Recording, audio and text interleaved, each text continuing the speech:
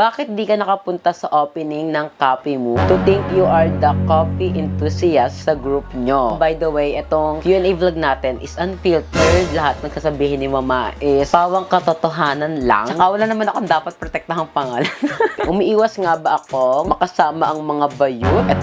OA yung umiiwas ha. Lately, hindi ko na sila lagi nakakausap like before. Kailan ang apam reveal? Ito nakakaloka to kasi maraming na misinterpret sa IG story ko nakaraan. Ayan yan. Parang na-offend lang ako sa tanong niya na kung may nota ba ako or kipayan ako. Kailan ang Vietnam trip nyo? Ito yung pinaka-ano din. Ang dami din nagtanong nito, mga almost 5 or 6.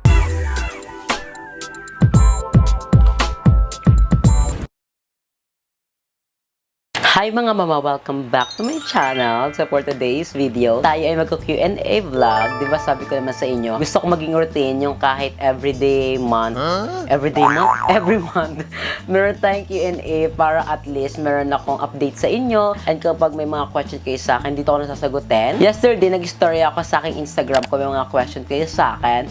And ang dami niyong question, umabot ng 70 plus. And meron doon isang person, 10 yung tanong.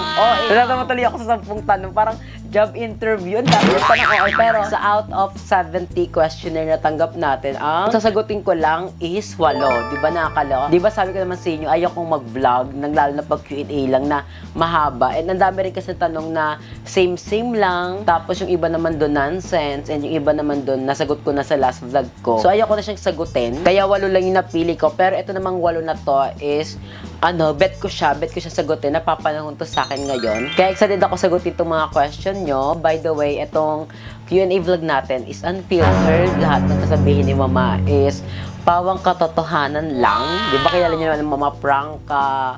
Tsaka wala naman akong dapat protektahang pangalan. Taray showbiz! Without further ado, simulan natin ang ating Q&A kasi ayaw ko nga mahaba tong Q&A vlog natin. Gusto ko kahit mga 15 minutes to 20 minutes lang to. Ayaw ko yung Q&A nang makabot ng 25 to 30 minutes. Nakapagod siya. Ako as viewers din ng mga vlogs, ayoko din umaabot yung mga Q&A ng mga 30 minutes. Pag Q&A ha, pero pag mga travel vlog, okay sa akin yung mga ganung vlog na matagal. Pero pag mga ganitong sit-down vlog, Q&A, ayoko na matagal kasi ayoko sumagot din ng mga tanong na nonsense. Siyempre, ayaw nyo rin naman makinig ng mga ganon, di ba? Pag chismosa ka talaga, gusto mo lang malaman yung mga talaga, yung mga biggest revelation. Question number 1, bakit di ka nakapunta sa opening ng Coffee Mo? To think you are the coffee enthusiast sa group nyo. To be honest with you mga mama ha, kasi nga di ba sabi ko naman unfiltered tong Q&A vlog natin, hindi ko talaga alam na that time is opening na ng JK ng Coffee Mo. Hindi ko talaga alam. Nalaman ko na lang na opening nun, yung nag-upload si Jessica ng vlog. Yung vlog na yun, same day opening. Hindi ko talaga alam. Kasi si Jessica, usually, kapag meron silang opening, lalo na pag accessible sa aming mga bakla yung place ng opening nila, nag-i-invite yan. And nakita ko kasi yung vlog niya na opening na ng Coffee Mo nila. Hindi ko talaga alam. Nalaman ko lang na nag-message pala si Jessica sa aming group chat. Tapos, hindi kasi siya nag-pop up sa aking messenger. And recently kasi, hindi na ako pala gamit ng messenger. Gagamitin ko na siya pag trip ko. Wala rin kasi ako nakakausap sa messenger. So, hindi ko siya na-open lagi. And yun nga, nalaman ko na nag-chat pala si Jessica sa amin. Pero hindi siya nag-pop up dito sa aking messenger talaga. Nag-pop up siya sa may archive. Hindi ko din alam bakit nasa archive tong GC namin. Ayan o, papakita ko sa inyo. Ayan, nasa archive yan. Hindi ko din talaga alam kung bakit nasa archive tong GC namin na to. Kasi hindi naman kami usually dito nag-uusap. And recently kasi hindi na kami nag-uusap ng mga bakla. So hindi ko din alam bakit sinapunta sa archive. Siguro inamat-amat sang mama. Kaya itong GC naming dalawa na to is nasa archive. Pero okay ako sa mga bakla. Kaya ayun, hindi ko talaga alam na opening na. Nagsabi pala si Jessica, hindi ko talaga alam. And kung hahabol naman ako that time sa opening niya, hindi na pwede. Kasi that time, November 15, Friday, tanda ako, ayun yung dating ng new boxes ko ng swimwear. Hindi naman pwede na ipapa-asikaso ko sa ate ko yung mga darating na boxes kasi mai-stress siya, mahahassle siya. Kasi papapasokan niya yung pamangkin ko. So ayoko na duwagtag pa sa iisipin niya. Mga boxes ko ng bagong swimwear, siya, naka-cash on delivery siya.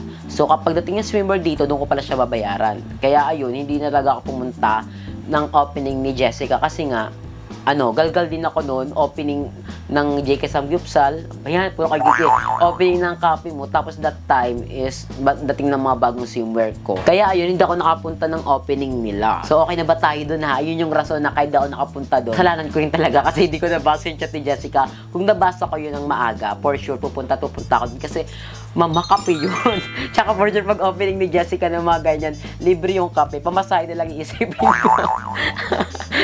Yung pebang kape talaga eh. Next question, how's live seller life so far? May na-help ba sa sayo? To be honest with you mga mama, hindi talaga malaki yung kinikita ko sa pagla-live selling kasi sa pagla-live selling sa TikTok, na-found out ko na si TikTok pala is may kaltas. Ang laki. Naloka ako that time. Before naman, yung may mga nakausap ako mga online seller. Mababa lang daw talaga yung kaltas ni TikTok. Pero ngayon, ang taas mima. Nakakaloka. Before, yung mga siguro way back 2022, 2023, 5% lang daw. Pero ngayon, mima, 10% ang kaltas ni TikTok. Nakakaloka. Isipin nyo, binibenta kayo yung swimsuit, 99 pesos. Magkano yung kaltas nun? O, isipin nyo na lang. Do the math. Ganun yung kaltas niya. And hindi naman talaga ako para saan talaga para sa ang plastic na sasabihin ko na para sa sa kita, ang plastic nun. Hindi naman talaga ako para talaga sa bonggang-bonggang kita talaga. Syempre ini-aim ko siya pero sa sa nangyayari sa buhay ko na nagsisimula pa lang ako mag-online business. Hindi talaga ako for the malaking kita kasi nagsisimula pa lang naman ako. Kahit onti lang yung mga bumibili sa akin, well, hindi siya onti. Grateful na ako kasi ang dami bumibili sa akin. Hindi magaganon kalaki yung kita ko pero na-happy ako kasi nagiging busy ako na parang everyday busy ako mag-live tapos alam mo yung kinaumagahan gigising ako kasi ipapak ko yung mga parcel nyo, magpiprint ako ng waybill tapos i-pick up ni rider. Ganun nakakatuwa siya kasi usually naman ako sa pagbablog ko hindi naman nangyari sa buhay ko yung gigising ako ng umaga. Usually talaga gigising ako hapon na minsan nga paggabi na ganun yung routine ko pero ngayon na nagla-live seller ako nagigising ako ng umaga para kasi mag-print ng waybill. Usually talaga after ng live ko, natatapos kasi madaling araw. Ang ginagawa ko niyan, nagpiprint ako ng waybill. Pero hindi ko na siya ginagawa na ganun kasi may mga customer kasi ako na nag-check out ng umaga na ganun. Kaya ang ginagawa ko nang talaga lately, magpiprint ako ng waybill, umaga na para at least sabay-sabay na yung pag-print. Kasi nakapagod yung isa-isa, nakapagod yung ganun. Kaya ang ginagawa ko, tuwing umaga na ako nagpiprint ng waybill. Then after ng print, ipapak na yung mga orders. Then after ng pack, mga 12 or 2, pupunta na si rider para i-pick up yung mga parcel. So to answer your question, yes, happy ako sa nangyayari sa buhay kong as a online live seller. Nakaka-happy siya. Kasi gusto ko talaga yung yung nagla-live selling, yung nagchichika-chika. Kasi ako talaga mga mama, gusto ko talaga maging marketing management. Magaling kasi ako magbenta ng isang bagay. Parang magaling ako mang-uto, mambola, ganun. Kaya bet ko rin talaga yung pagla-live selling. Nakapagod talaga yung pagla-live selling. Pero kung gusto mo talaga, parang hindi mo kasi isipin yung pagod eh. Ano ka talaga, yung talaga sa happiness na kapag lagi ka nagla-live selling, meron nag-check out, ganun. Masaya siya. Umiiwas nga ba akong makasama ang mga bayot? Ang okay. Hindi naman siguro ako sa umiiwas ha. Unfiltered to ha. Hindi ako sa umiiwas sa mga bakla. Siguro, this time talaga, gusto ko munang gawin yung mga gusto kong mangyari sa buhay ko on my own. Kasi alam niyo naman, sa tagal kong pagbablog, lagi ko nakasama yung mga bakla. So this time, gusto ko namang ako na muna. Ay, ako na muna ba Yen Constantino? Meron ba siya kanta nung ako muna? Meron ba siya kanta nun? Parang meron siya kanta nun. Ano ba't na mga lumalabas sa mga ako? Back to the question mga mama, hindi ako sa umiiwas talaga. Gusto kong tagay pursue mga gusto kong mangyari. Okay ako sa mga bayot, pero lately, hindi ko na sila lagi nakakausap like before. Parang everyday may pag-uusapan. Ngayon kasi hindi na talaga. Ang nakausap ko lang recently si Aye, yung inaya niya ako sa outing. Hindi ako nakasama nun. Tapos si Limuel, may utang ko pala kay Limel 1.5. May utang ko kay Limel 1.5. Si Bebang, nakausap ko nakaraan. Yun lang. Wala na ako nakakausap na ibang BNT. Pero okay ako sa mga bakla. Kay Jessica, kay Balong, kay Jeko, kay GM. Hindi ko na sila nakakausap talaga. Wala na ako nakakausap sa mga bakla. Pag tumatanda ka talaga, yung mga friend mo talaga before, ng bata ka pa, hindi mo talaga sila lagi makakausap. Pero, ang good thing naman dun is okay kami. Wala kaming alitan ng mga bakla. Sadyang this time talaga, gusto ko muna unahin yung sarili ko. Parang gusto ko magpaka-busy-busy. Gusto ko talagang gawin yung pag-live selling. And soon, may gusto pa akong gawin na isang bagay. Pero hindi ko na i-reveal ngayon kasi baka ma-jinx tayo. So, abangan nyo na lang yan mga mama. Kasi super excited akong i-share to sa inyo soon. Siguro by 2025, bonggang revelation to. Pero ngayon hindi muna. Chill-chill muna kayo dyan. Intay-intay lang ha. Huwag excited. Next question natin, kailan ang APAM reveal? Ito nakakaloka to kasi maraming na misinterpret sa IG story ko nakaraan. Ayan yan.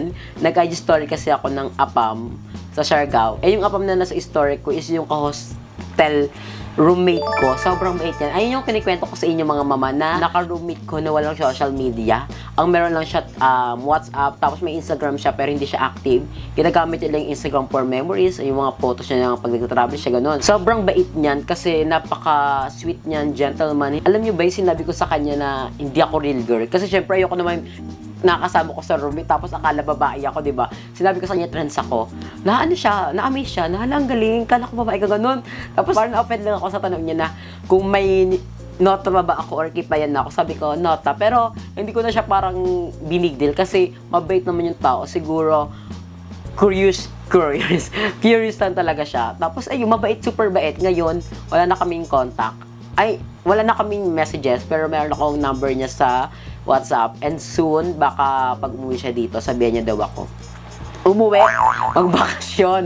Pag nagbakasyon siya dito, sabihan niya daw ako. So, baka magkita kami ulit. So, abangan niyo yan. Meron akong mga clips niya sa phone ko. Dapat i-upload ko sa vlog ko na yon, sa mga vlog ko sa Siargao. Kaso hindi ko na sinama kasi nga, siya, private person. So, parang ayoko naman na ang dahil magtatanong, sino yung kasama mo? Sino? Mga OA, parang mga tao ngayon. Parang, huwag mo yung makita lang lalaki sa vlog, isipin jowa na, isipin aura na. So, hindi ko na sinama sa vlog. Question number 5. May bala ka ba expand ang binibenta mo? Swimmer lang ba talaga? O magdadagdag ka pa ng iba? Noong una mga mama, swimmer talaga yung ibebenta ko. Kasi yun talaga yung goal ko. Yun lang ini-aim kong ibenta swimmer. Pero dahil yung nag-reveal na ako ng ibebenta kong swimmer, maraming nag-request niya na magbenta ko ng mga iba pang gamit, iba pang bagay. Kasi di ba nasa online selling world na rin naman na ako. So mas maganda rin talaga na magbenta ko ng iba pa, bukod lang sa swimwear. Pero soon, balak ko din naman i-expand yung yung pagbebenta ko ng mga gamit like oversized t-shirt, flare pants, tapos mga jacket, hoodie, denim jacket, mga ganyan. Yung kaya ko i-market. Pero one thing is for sure, hindi ko talaga kaya magbenta mga mama ng mga gamit pang lalaki. Kasi hindi ko talaga alam kung paano ko siya ibebenta. Ang dami nagre-request magbenta daw ako ng pang maangas. Hindi ko talaga siya carry mga mama kasi isipin nyo, get to itsura, magbebenta ng pang maangas. Sino bibili sa akin? Ang bebenta ko lang talaga yung mga yung mga pang girly kasi most of my viewers naman nanonood sa live ko is puro babae lang din naman. So nagbenta ako, pero as of now, swimwear muna kasi yun lang yung kaya pa ng budget natin. Kapag lumaki na yung tubo natin or yung kita natin sa pag-online live selling, mag-expand na tayo. Question number 6. Hi mama, ask ko lang, paano mo kinakaya na maging alone at hindi natatakot mapag-isa? Alam nyo mga mama, isa rin to sa mga proud ako sa personality ko na kaya kong mapag-isa talaga. Siguro kasi alam ko talaga kung paano papasaya yung sarili ko, alam ko kung paano ako magiging masaya, alam ko kung saan ko gusto na hindi ako ma-stress, alam ko kung saan ako pupunta para lang maging okay ako, para mag-meditate, mag-distress, mag-enjoy, ganon. Siguro ayun yung gusto ko sa personality ko na kaya ko mapag-isa. And nakikita nyo naman sa mga vlog ko, kahit kasama ko yung mga bakla, may mga times talaga nagbablog ako on my own. Nagbe-me time ako, di ba? Nag-travel kami ng La Union, ng El Nido. Kasi talaga mapag-isa minsan kasi doon yung mga yung mga gusto mo talaga sa buhay. Tsaka alam niyo yung mga mama, may mga times din talaga sa buhay mo na kapag wala kang choice talaga, kapag wala ka nang maasahan, sarili mo lang talaga. Kaya ayun yung dapat matutunan nyo. Yung matutunan yung mapag-isa. Kaya naman yun sa una parang mahirap, nakaka-anxiety kasi ikaw na mag-isa. Pero soon, matututunan nyo rin mapag-isa. Kasi walang jowa ang mama. Kaya laging mapag-isa ang mama. Question natin, kailan ka pupunta sa Copy Mo by JK or sa Camp Carla ni Madam Ivan? For sure niyan, this December pupunta tayo niyan. Ikiklaim ko na. Ayoko naman kasi umabot ng 2026, hindi pa ako nakapunta, diba? Pupunta ka niyan by this December, pero hindi ko pa alam kung anong date. Pipilitin ko makapunta ng mga free time. Siyempre, ayoko naman pumunta ng JK, puro JK sa Samgyupsal. Ayoko naman pumunta ng Copy Mo kapag wala dun si Jessica or si Kevin, diba? Na parang pupunta ka doon, wala sila doon. At ayoko rin pumunta sa Camp Carla nang wala si Madam Ivan doon. Well, lagi naman si Madam Ivan nasa Camp Carla. siguro sasabihan ko na lang sila pag pupunta ka para hindi ako ma-surprise na papunta ko doon, wala sila. Yung lokohan. Titikman ko yung mga pinagmamalaki nilang mga coffee. Kung sulit nga ba kay Bulilit. Kasi ang dami nag-request niya sa akin na pumunta daw ako sa Coffee mo, by JK, isulit kay Bulilit ko daw. Tapos isulit kay Bulilit ko daw yung coffee shop ni Madam Ivan, kung sulit nga ba daw. Kasi alam niyo ba, may nagtanong din sa akin, sa Q&A ko, kung sulit nga ba daw yung ganung price ni Madam Ivan na 119 pesos sa sa kape na ganun.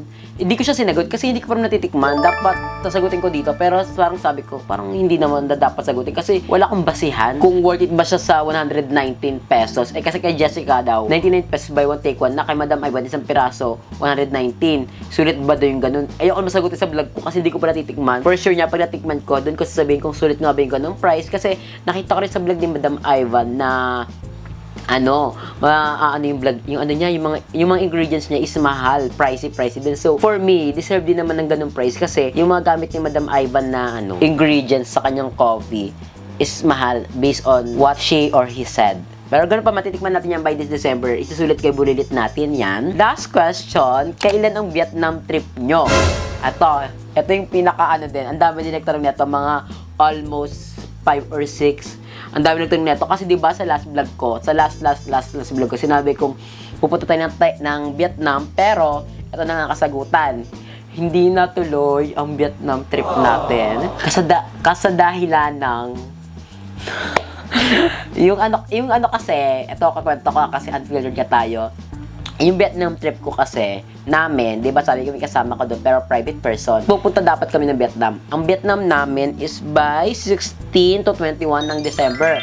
16 to 21 pupunta dapat kami ng Vietnam, pero hindi na siya nangyari kasi hindi ko na para ikwento pa yung pinaka story niya kasi this is not my story to tell. Yung kasama ko kasi is inamats siya. Yun na lang yung word, inamats. Ang nakakaloka pa doon kasi nakabili na ng ticket. Ticket kasi free. Libre niya ako sa Vietnam trip. Kasi gusto niya yung vlog ko. Nakabili na siya ng ticket para sa aming dalawa. Buti na lang, hindi pa siya nakapag-book ng hotel kasi bigla nga siya nag-cancel. Kinancel niya lang yun yung nakaraang linggo. Sabi niya, Jovi, Nakshi, hindi na tuloy yung Vietnam natin. Ganon. Ko, hala, nakakaloka. Sabi niya sa akin, kung gusto mo, ikaw na lang pumunta, go lang naman. Kasi sayang naman yung ticket naman talaga. Pero, ang iniisip ko kasi, ayaw ko pumunta ng Vietnam nang ako mag-isa. Nasa utak ko na kasi na pupunta ko ng Vietnam kasama siya, ganun. May mga plan na kami. Pero yun nga, inamat siya. Natatawa ako kasi yung reason, nakakatawa. Pero hindi ko na sasabihin kung bakit ano yung rason. Pero yun nga, di natuloy. Gusto ko na pumunta ng Vietnam kasi nakaset na sa mind ko na mag-Vietnam kami. Ito yung mga vlog ko, mag-room tour ako, tapos mag-egg coffee, gano'n siya ko. Tapos hindi natuloy.